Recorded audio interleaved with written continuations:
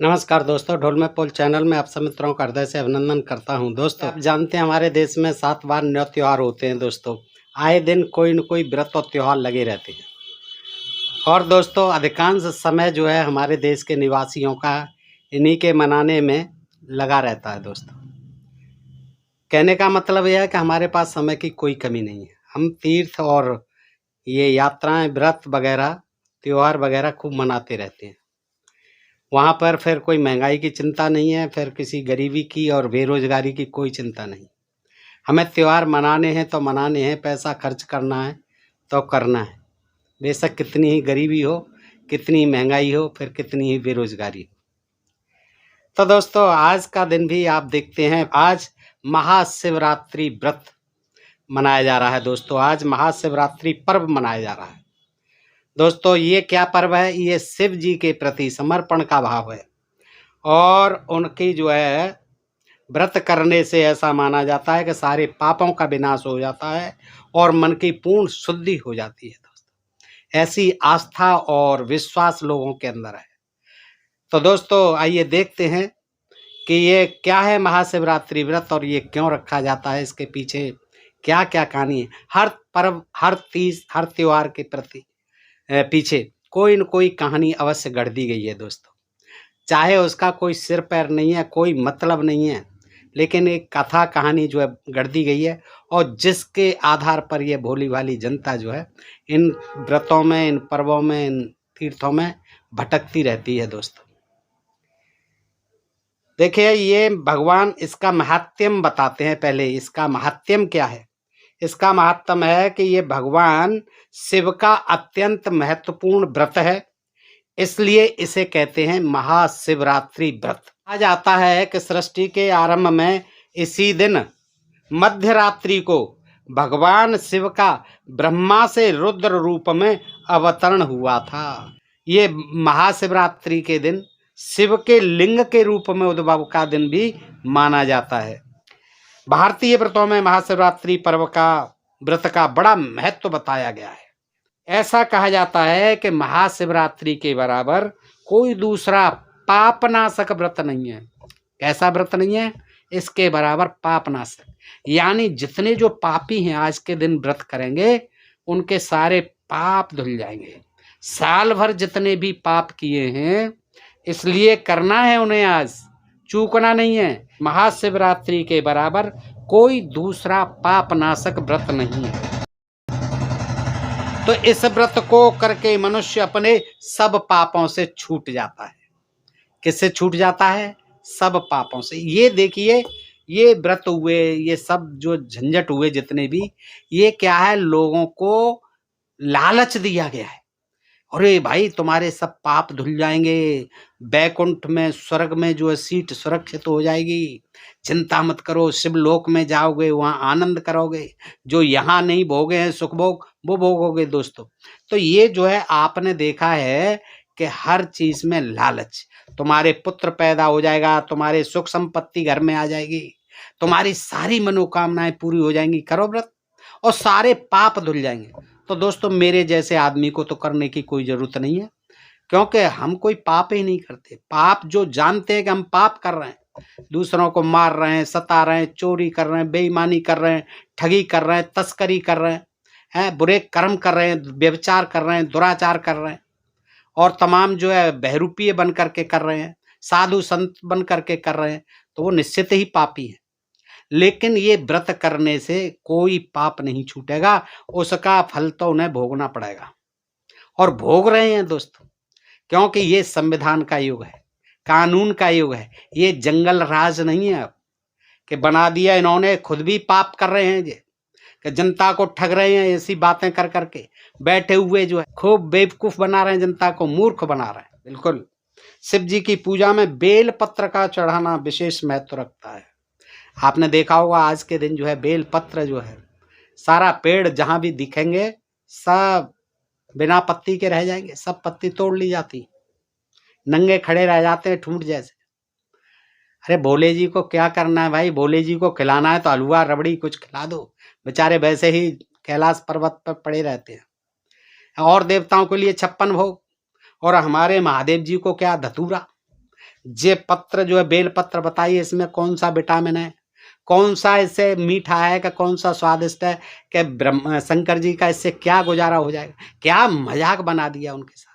कपड़े उनके तन पर नहीं, और रहने को मकान उन पर नहीं, और देवताओं के अच्छे अच्छे भवन बना दिए स्वर्गलोक में, इंद्रलोक में। लेकिन हमारे शिव जी जो बेचारे यहीं पड़े रहे, मृग छाला लपेटे रहे।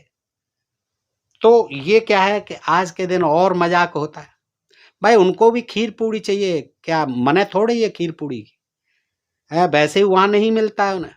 तो शिव जी की पूजा में क्या चढ़ाएंगे? बेल पत्र, जिसको कोई नहीं पूछता है। उस पत्ते को न कड़वा न मीठा न कोई फायदा। पत्ती कौन खाता है? जानवर खाते हैं। वो बेचारे भोला जी पास चढ़ाई जाती है ऐसा बेलपत्र। और जी और कहा जाता है एक पत्ती नहीं चढ़ानी है, जिसमें 3 पत्तियां हो या 5 पत्तियां हो वो चढ़ानी है। मतलब उससे कम नहीं, 5 पत्ते एक में हो और स्वच्छ हो एकदम। भक्त चढ़ाए गए बेलपत्र की संख्या के बराबर युगों तक कैलाश में सुखपूर्वक वास करता है। ऐसा लोग मानते हैं कि हम 3 पत्ते चढ़ाएंगे, 5 पत्ते चढ़ाएंगे, इतने ही वर्ष तक, और हर साल का जोड़ते चले जाएंगे। फिर जाकर के कैलाश पर्वत पर, और जहां उनका वास है शिवलोक, उसमें जाकर के मजे करेंगे। आप देखिए, आप जानते ही हैं कैलाश पर्वत पर कितने मजे आते हैं दोस्तों। हैं कड़कड़ाती ठंड, गिरती हुई जमती हुई बर्फ हिमालय पर, वहां कोई भला आदमी नहीं जाना चाहता है, किसी की हिम्मत नहीं पड़ती वहां रहने की। वो तो पता नहीं भगवान थे तो रह लेते थे। तो सुखपूर्वक वास करता है। किसी से कह दो को जाओ भाई कैलाश पर सुखपूर्वक, कोई नहीं जाएगा, कोई नहीं जाता है। श्रेष्ठ योनि में जन्म लेकर भगवान शिव का परम भक्त होता है, श्रेष्ठ योनि में। अब बताइए, और मनुष्य से ज्यादा श्रेष्ठ योनि कौन सी मिलेगी? इससे ज्यादा तो कोई अच्छी योनि है ही नहीं। यह कितनी अच्छी योनि मिली है, अब इससे श्रेष्ठ योनि कौन सी है? इसका जो है अंतर्निहित है, इसमें अर्थ जो है छिपा हुआ है। इसके बाद जो वो ब्राह्मण योनि में जन्म लेगा, ब्राह्मण जाति में जन्म लेगा, क्योंकि वो सबसे पवित्र और उच्च जाति है, योनि है। उसके लिए विद्या, संपत्ति, भूमि, पुत्र सभी सुलभ रहते हैं। किसी चीज की कमी नहीं रहती है। आज जो कर लेंगे पाप धुल जाएंगे, उनको सारी विद्याएं मिल जाएंगी बगैर पढ़े लिखे, सारी संपत्ति मिल जाएंगी, भूमि मिल जाएगी। जिसको रहने के लिए झोपड़ी नहीं है उसको भूमि मिल जाएगी, खूब खेती करेगा। पुत्र मिल जाएंगे उसको, जिन निसंतान है, सभी सुलभ हो जाएंगे, सभी साधन। पूजा में केवल 3 पत्तियों वाले या 5 पत्तियों वाले अखंडित बेल पत्र ही चढ़ाने का विधान शास्त्र सम्मत है। ध्यान दें, जो मन वचन कर्म से श्रद्धा और समर्पण के साथ भगवान शिव को अर्पित किया गया है, शास्त्र के अनुसार बेलपत्र की 3 पत्तियों को शिव के त्रिनेत्र का प्रतीक माना जाता है। कुछ भी मान लो, अब 3 पत्तियों का मतलब क्या है? त्रिनेत्र, 3 नेत्र। तो 5 पत्तियों का मतलब क्या हुआ? 5 पत्तियों का तो ब्रह्मा जी को चला गया, लेकिन इनके भी बना दिए होंगे। पंचमुखी हनुमान को बना दिया है, पंचमुखी ब्रह्मा जी को बना दिया है, तो शंकर जी के भी 5 मुंह होंगे। यूं तो महाशिवरात्रि के दिन भक्तगण अक्सर भांग का सेवन भगवान शिव का प्रसाद समझकर करते हैं, लेकिन इस दिन बेर खाने का जो महत्व, आप देखिए बेर जो है बिक रहे हैं, कैसे ही सड़े गले, कैसे ही बेर हो, महंगे दामों पर आज चकाचक बिक रहे हैं। क्यों? कि ये सब भोले जी खाएंगे बेचारे। उनको भोले जी को सेब नहीं खिलाते। अरे भोले जी को सेब खिलाओ, संतरा खिलाओ, आजकल खूब चल रहा है, किन्नू खिलाओ, और अच्छे अच्छे फल आ रहे हैं, एवोकाडो खिलाओ, कभी जानते नहीं है, नाम नहीं सुना है, और तमाम मौसमी वगैरह जूस पिलाओ उनको, अनन्नास के फल चढ़ाओ, पिलाओ जूस। नहीं, उनको क्या चढ़ाएंगे? भांग घोंटेंगे, नशीली चीज, और खुद भी पिएंगे, सुट्टे लगाएंगे, और भोले जी पर भी भांग का भोग लगाएंगे। तो शिव भक्त महाशिवरात्रि का व्रत विधिपूर्वक संपन्न करता है, उसे शारीरिक कष्टों से मुक्ति मिल जाती है। कोई आज से कष्ट रहेगा ही नहीं, कोई बीमार नहीं रहेगा, कोई गरीब नहीं रहेगा, कोई बेरोजगार नहीं रहेगा, किसी को कोई कष्ट नहीं होना, कोई निसंतान नहीं रहेगा। ये आज के व्रत का महत्व है। एक भी पाप नहीं रहेगा, सारे पाप आज तक किए सब धुल जाएंगे। अब देखिए विधि विधान सुन लें दोस्तों। रात्रि त्रयोदशी की रात को मानी जाती है, एक दिन पहले। लेकिन सुविधा के अनुसार चतुर्दशी को मनाई जाती है। त्रयोदशी यानी 13 को एक बार भोजन करके चतुर्दशी अगले दिन होती है। आज के दिन जैसे निराहार उपवास रखकर इसका व्रत शुरू करें। इस दिन प्रातःकाल दैनिक कार्यों से निपटकर काले तिलों का उपटन लगाकर स्नान करें। देखिए, लक्स वगैरह से नहीं नहाए आज के दिन, कोई भी साबुन इस्तेमाल नहीं करें। किससे नहाना है? काले तिलों का उपटन लगाएं और उसके बाद जो स्नान करें। देखिए, एक नई चीज आपको मिलेगी। अब काले तिल से पता नहीं कितने लोग कर पाते होंगे आज के दिन। फिर स्वच्छ धुले हुए वस्त्र धारण करके मास पक्ष तिथि का उल्लेख करते हुए कहें कि पापों के नाश के लिए, भोगों की प्राप्ति हेतु तथा अक्षय मोक्ष प्राप्ति के लिए मैं महाशिवरात्रि के व्रत का संकल्प लेता हूँ। इसके पश्चात शिव जी का पूजन, गणेश जी का पूजन, पार्वती नंदी के साथ उनकी प्रिय चीजें जैसे आक भी देखिए जहरीला पेड़ होता है आक, धतूरे के फूल, बेल पत्र, दूर्वा यानी दूब घास खाओ। अब चलो नंदी खा लेगा, शिव जी तक कोई मतलब नहीं है। बेल पत्र भी खा लेगा, नंदी के लिए ही होंगी ये चीजें। धतूरा वो भी नहीं खाएगा नंदी। कनेर कड़वी होती है, बहुत जहर, एकदम कड़वी, उसको भी चढ़ाओ। जितनी दुनिया की नशीली और कड़वी चीजें वनस्पतियां हैं वो सब चढ़ानी। मौलश्री, तुलसी दल आदि के साथ 16 यानी 16 उपचार द्वारा विधि विधान से करें। देखिए, ध्यान रखिए, शिवलिंग पर चढ़ाए गए पुष्प, फल तथा दूध आदि के नैवेद्य को ग्रहण नहीं करने का विधान शास्त्र वर्णित है। और दोस्तों, यहाँ तक लिखा गया है शिव पुराण में कि उनका जो है नहीं खाना नहीं चाहिए, विष्ठा के समान है। शिव जी पर नैवेद्य जो चढ़ाया गया है, जो सामग्री चढ़ाई गई है, उसको प्रसाद रूप में जो ग्रहण करता है, समझ लिए वो विष्ठा खा रहा है और वो अगले जन्म में विष्ठा का कीड़ा बनेगा। ये साफ लिखा हुआ, इस पर हमने वीडियो भी बनाया हुआ है पहले। अब क्यों नहीं खाएंगे? अब बताइए, आग को, धतूरे को, बेल पत्र को, कनेर को, मौलसी को, इनको कौन खाएगा? ये कोई खाने की चीज है? दवाइयों में, औषधियों में तो काम आती हैं, लेकिन भोले बाबा को ये खिला रहा है। और उस पर मान लो दूध भी चढ़ा दिया तो वो भी बेकार हो गया, अब उसे कौन पिएगा? तो इसलिए वर्जित कर दिया गया कि और ज्यादातर क्या शिवलिंग पर चढ़ाया जाता है, शिवलिंग की पूजा होती। तो ये कहा गया कि शिवलिंग पर चढ़ाया गया कोई भी प्रसाद जो है किसी को ग्रहण नहीं करना चाहिए। पूजन के बाद अब असली बात पर आ जाइए, जो सबसे मेन चीज होती है और ये व्रत करने का जो उद्देश्य, कराने का जो उद्देश्य है इन धर्म ग्रंथों में, वो अब उस पॉइंट पर आ जाइए दोस्तों। That is very important point कि पूजन हो गया, सब कुछ हो गया, लेकिन अभी ये पूजा अधूरी है। क्या करना है आपको कि पूजन के बाद ब्राह्मणों को भोजन और दान देने की परंपरा है, परंपरा चली आ रही है। क्या करना है आपको? ब्राह्मणों को बुलाइए फिर और उन्हें भोजन दीजिए, दान दीजिए, तभी तो शिव जी प्रसन्न होंगे। आपका डायरेक्ट तो कोई संबंध नहीं, वो क्या जानते हैं शिव जी आपको? भाई मीडिएटर तो ये हैं हमारे ब्राह्मण देव, तो उनको भोजन और दान देने की भी परंपरा है, इसको मत चूकना दोस्तों। कुछ भक्त इस व्रत के दिन शिव स्तोत्र, रुद्राष्टाध्यायी और शिव पुराण की कथा, शिव चालीसा का पाठ करते हैं और वो पंडित जी से करवाते, सुनते। रात्रि जागरण का विधान पूरा करने के लिए भक्तगण भजन कीर्तन का आयोजन कराते हैं। इसके पश्चात दूसरे दिन प्रातःकाल फिर योग्य ब्राह्मणों द्वारा हवन और रुद्राभिषेक करके अन्न जल ग्रहण कर पारण करें। अगले दिन उद्यापन करें अपनी सुविधानुसार। यदि शिव मंदिर समीप में हो तो रुद्राभिषेक वहीं कराएं मंदिर में जाकर के, अन्यथा घर पर पार्थिव लिंग बनाकर, मिट्टी का लिंग बनाकर एकादश पाठ या 101 पाठ वैदिक ब्राह्मणों से कराएं। तब आपका ये पूरा होगा, तब पाप कटेंगे, तब सारी मनोकामनाएं पूरी होंगी, तब जो है शिवलोक की सीट रिजर्व होगी। आप चूक मत कर देना, ध्यान से सुन लो, नोट कर लो दोस्त।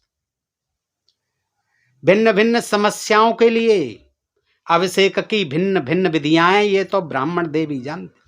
क्या क्या आपकी समस्याएं, किसी को संतान नहीं हो रही है, किसी के बच्चे की शादी नहीं हो रही है, किसी लड़की की शादी नहीं हो रही है, किसी की नौकरी नहीं लग रही है, किसी का व्यापार ही नहीं चल रहा है, किसी की खेती ही नहीं फल रही है, किसी का रोग ही नहीं कट रहा है, किसी को हृदय रोग है, किसी को कैंसर रोग। तो ये जब समस्याएं भिन्न भिन्न हैं तो फिर अभिषेक की भी भिन्न भिन्न व्यवस्थाएं हैं। जैसे मनोवांछित फल के लिए दुग्ध धारा से अभिषेक करें, दूध की धारा से अभिषेक करें, किसके लिए? मनोवांछित फल प्राप्ति के लिए। तो दोस्तों, इस कथा का अब मैं समापन करूंगा कि लिंग पुराण में इस व्रत की कथा का उल्लेख कैसे मिलता है और लोगों को क्या बताया जाता है, क्या सुनाया जाता है और लोग क्या जानते हैं इसके बारे में, तभी ये व्रत करते हैं। तो दोस्तों, ये कहानी भी सुन लें।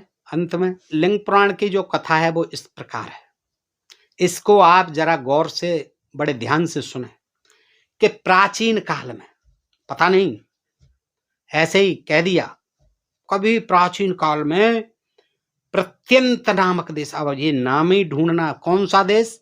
प्रत्यंत, आपको याद नहीं रहेगा, इस कान से सुनेंगे तुरंत भूल जाएंगे। आप पंडित जी से ये नहीं पूछेंगे कि साहब हमें सक्सन सम्मत तो बता दो, प्राचीन काल क्या होता है, कब होता है? लेकिन आप जो है हाथ जोड़े चुपचाप बैठे रहते हैं। भगवत कथा हो रही है, शिव जी की कथा है, ध्यान से सुने। कहते हैं प्राचीन काल में प्रत्यंत नामक देश में एक व्याघ्र यानी बहेलिया रहता था। अब रहता होगा, सब जगह रहते हैं बहेलिया, तो कोई नई बात नहीं है। बहेलिया रहता था, उसका नाम पता कुछ नहीं है। वह प्रतिदिन जीवों का शिकार कर अपने परिवार का पालन पोषण करता था। अब बताइए, बहेलिया का काम तो आपने लिख दिया, यही था भाई, पशु पक्षियों को मार करके अपना गुजारा करता था बेच बाच के। ठीक है। एक दिन साहूकार ने उसे समय पर उधार रुपया वापस न करने के कारण शिव मठ में बंदी बना लिया। यही दिन था इसका, महाशिवरात्रि व्रत का। उस दिन साहूकार ने उसे देख लिया, मंदिर के आगे से जा रहा था आखेट करने, बुला लिया कि भाई मेरे पैसे दे। उसने ब्याज पर रुपया ले रखा था साहूकार से। तो उसने जो है भाई कहा कि मेरे पास तो है नहीं, मैं तो अभी शिकार करने जा रहा हूं। तो क्या किया, शिव मठ में ही बंदी बना लिया, उसे जो है कैद कर दिया शिव मठ में। संयोग से इस दिन, यही दिन था, फाल्गुन कृष्ण चतुर्दशी थी, इसलिए वहां धर्म और व्रत संबंधी चर्चाएं चल रही थी मंदिर पर। ये पूजा पाठ के लिए स्त्री आदमी सब आ रहे थे, आज के दिन ही ये काम होना था। तो शिवरात्रि की व्रता कथा यानी बंद कर दिया उसे, तो उसके कानों में भी शिव कथा वहां चल रही थी, सुनने का मौका मिला। फिर साहूकार ने अगले दिन रुपया अदा करने का वचन देकर उसे छोड़ दिया। ठीक है, कोई बात नहीं, अब शाम हो गई, तैने कथा बता भी सुनी होगी थोड़ी बहुत, चला कल दे देना। वह बहेलिया दिन भर शिकार की खोज में यहां वहां वन में भटकता रहा अगले दिन, लेकिन उसे कोई शिकार नहीं मिला, कोई शिकार नहीं मिला उसे। हार कर उसने क्या किया कि एक तालाब के किनारे रात्रि बिताने की सोची। रात हो गई, कोई शिकार नहीं फंसा। उसने कहा चलो ये तालाब है, इसी के किनारे में आज की रात बिताता हूं। उसने पास के बेल के पेड़ पर चढ़कर, ओहो देखिए पास में क्या था, बेल का पेड़ था। अब उसने देखा कि भाई ये पत्तियां हैं, इस पर कैसे सोऊंगा। तो उसने पत्तियां तोड़ी, चढ़ गया पेड़ पर और बेल पत्र तोड़कर अपनी सैया की तैयारी की। पेड़ के नीचे बिछा लिए बेल पत्र। देखिए कहाँ जो है 3 और 5 पत्ती शिव जी पे चढ़ रही हैं, और वहां उसने अपना बिस्तर बना लिया, तो तोड़ के। संयोग से उस पेड़ के नीचे ही शिवलिंग था, उसे पता नहीं था, अब कहीं होगा जमीन में शिवलिंग, उसके ऊपर ही उसने बेलपत्र बिछा लिए, जो बेल के पत्रों से ढक गया शिवलिंग, और ऊपर से आराम से सो गया। शिवलिंग के ऊपर बेलपत्र और बेलपत्रों के ऊपर खुद सो गया। बहेलिया दिन भर का भूखा था, उसके द्वारा शिव जी पर बेलपत्र भी चढ़ गए, अनजाने में, उसे तो पता नहीं है। अनजाने में ही वो कथा भी सुनाया, थोड़ी बहुत कान में पड़ गई, लॉकअप में बंद था। उसके द्वारा शिव जी पर बेलपत्र भी चढ़ ही गए, क्योंकि नीचे शिव जी दबे हुए थे, लिंग जो है शिवलिंग। इस प्रकार उसका शिवरात्रि का व्रत पूरा हो गया। देखिए क्या मजे मजे में ही उसका पूरा हो गया। अच्छा, उसने ना किसी ब्राह्मण को बुलाया, न शंख बजवाया, न कथा सुनी, उसका तो वैसे ही मजा आ गया। देखिए, क्योंकि बहेलिया था। जब एक पहर बीत गया, दूसरे दिन, तब बहेलिये की नजर सामने आती एक हिरणी पर पड़ी। अब हिरणी आ रही है एक सामने से। उसने उसे धनुष पर बाण चढ़ाकर मारना चाहा कि आ गई मेरी शिकार, मारना तो था ही उसे। तो उस गर्भिणी, वो गर्भवती थी हिरणी, उसने कहा कि आप मुझे अभी छोड़ दीजिए, तो मैं बच्चे को जन्म देकर शीघ्र ही वापस लौट आऊंगी। पढ़ी लिखी थी, समझदार थी, संस्कृत भी बोल लेती थी, हिंदी भी बोल लेती थी, क्योंकि ये ग्रंथ संस्कृतों में लिखे गए, हिंदी सुन लीजिए। बोलना जानती थी, जैसे बंदर जानते थे सब। बंदर जन क्या क्या भाषा बोलते थे और राम जी की कितनी सहायता करी थी। ऐसे ही ये हिरणी भी, पशु पक्षी सब बोलते थे उस समय। काकभूषुंड ने पूरी रामचरितमानस सुना दी। गरुड़ को जो है विष्णु जी ने पूरा वो सुना दिया, गरुड़ पुराण। रामचरितमानस काकभूषुंड ने सुना दी। पशु पक्षी थे ये। जटायु जो है देखिए पक्षी था। ऐसा बताया गया है दोस्तों, ऐसा इन्होंने लिखा है। तो हिरणी कहती है कि भैया आज मुझ पर कृपा करो, अभी मुझे थोड़ी देर को छोड़ दो, माफ कर दो मुझे, मैं अभी बच्चे को जन्म दे करके आपके पास आती हूँ, फिर आप मुझे मार लेना, शीघ्र ही लौट आऊंगी। यदि मैं नहीं आई तो इस कृतघ्न को, यानी एहसान फरामोश को, झूठ बोलने वाली को पाप लग जाए।